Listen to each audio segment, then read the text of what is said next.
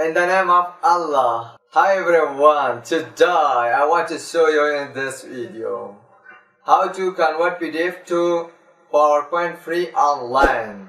Subscribe my YouTube channel for more updates and press the bell icon. All is right, let's jump on the PC.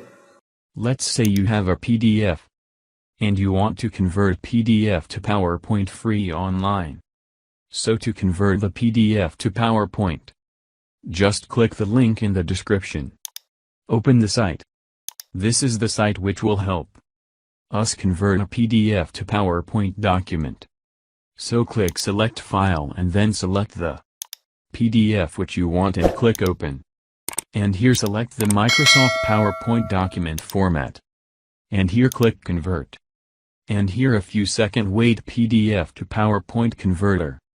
As you can see automatic download.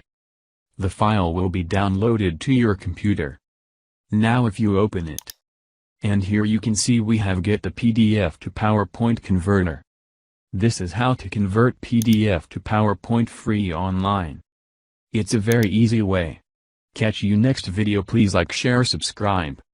Thank you very much. Bye.